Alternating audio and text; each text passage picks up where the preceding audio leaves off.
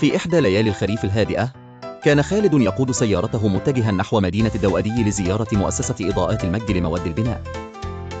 كان ينوي شراء بعض المستلزمات لتجهيز منزله الجديد الذي يحلم به لسنوات. حلم يشمل كل ما يحتاجه المنزل الحديث، من أدوات كهرباء وسباكة إلى تشطيبات عالية الجودة. عند وصوله إلى المؤسسة، رحب به الموظفون بحرارة، مما جعله يشعر وكأنه في منزله.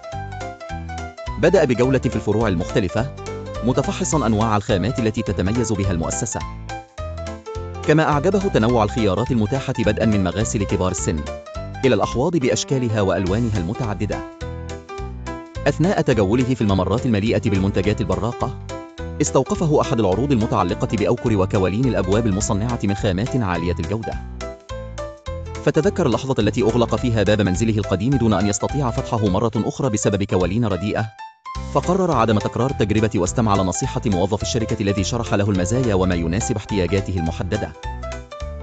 بينما كان خالد يفكر في الخيارات المتاحة ويوازن بينها، لاحظ وجود زبائن آخرين في المكان، كل منهم مشغول بالبحث عما يناسب مشروعه أو بيته. رأى وجوها مبتسمة ومحققة، وكأن المكان ليس مجرد موقع تجاري بل مجتمع صغير من الأشخاص الذين يبنون أحلامهم. بعد ساعات من التجول والاختيار المتأني، قرر أخيراً إتمام الشراء وذهب إلى موظفة الصندوق.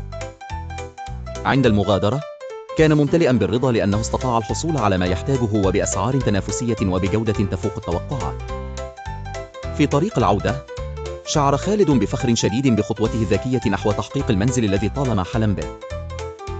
كانت زيارته لمؤسسة إضاءات المجد لمواد البناء بداية فصل جديد في حياته، وهو الذي بدأ بقرار بسيط وراسي، لكنه مليء بالاستعداد لتحقيق ما كان يتمنى دائماً.